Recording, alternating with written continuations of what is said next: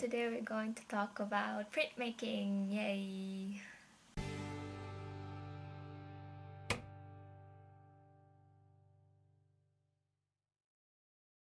Hi, hello everyone!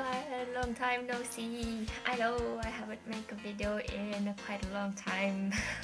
Well, there was another thing going on, but anyway, I'm going to start again now, and I hope it could go on regularly from now on again. So yes, today's topic is about printmaking. So you might heard of like printing, well, to print like with a printer, but actually that's not what I'm going to talk about today. It's more about the traditional way of doing a print and what is usually used in producing artworks, making fine arts, and even used in commercial printing today as well, where you transfer an image from an ink surface onto usually on paper. So yes, this is useful for when you need to make a lot of images. For example, you made a picture and then you want to give it to 10 people, but you don't want to draw like 10 pictures, so you could use this process and then make just one picture and then make the picture onto a medium and then use that medium to print the picture 10 times. There's 4 processes of that is primarily used to do this printmaking. And the first one is the relief process.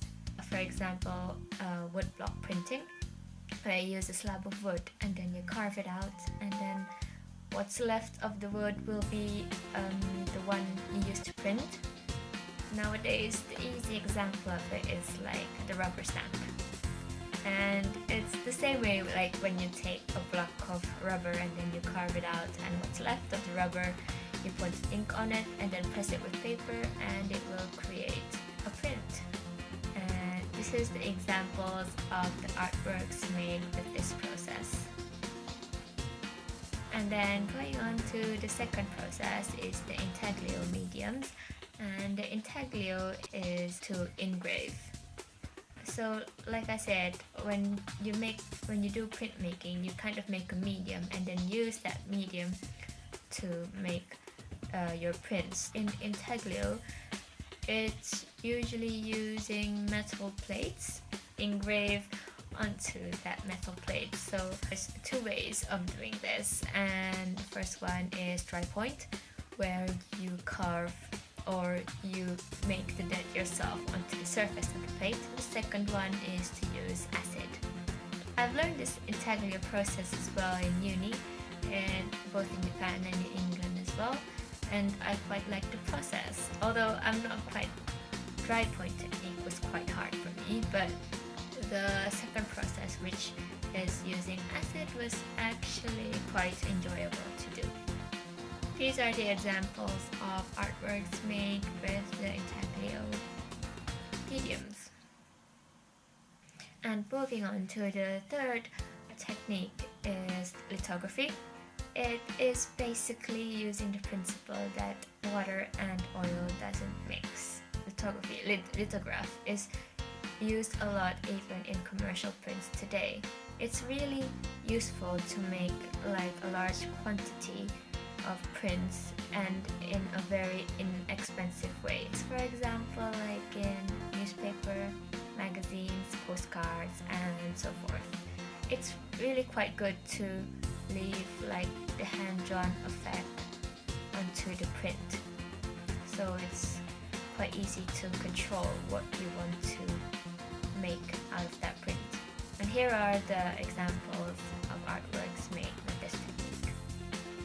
Moving on to the last technique is called the stencil process. It's like where you use a cardboard and then you draw a star in the middle, you cut out the star, and then you put it onto paper, and then you use ink or paint to take out the stencil, the cardboard. You will be left with the picture, the image of the star on the paper. It's basically like that. But what I learned in uni is the screen printing process. It's where you use the screen and then you put ink on the screen and then you print it onto paper.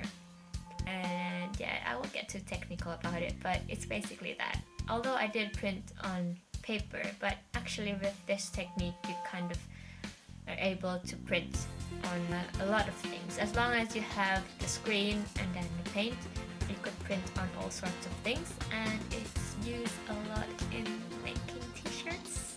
And here are the artworks made with this technique.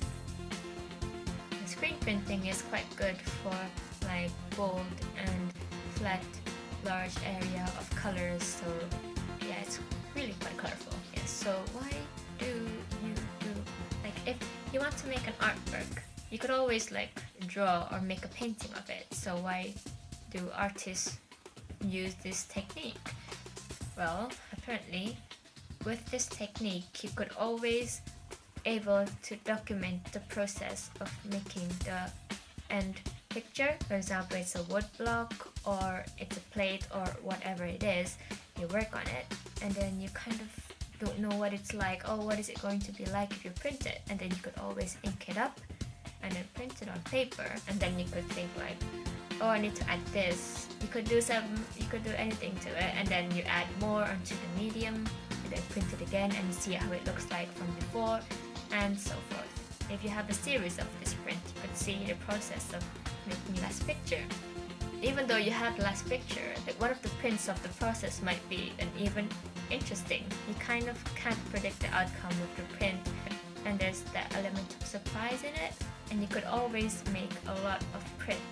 You could distribute your artwork like more widely if you use the printmaking technique.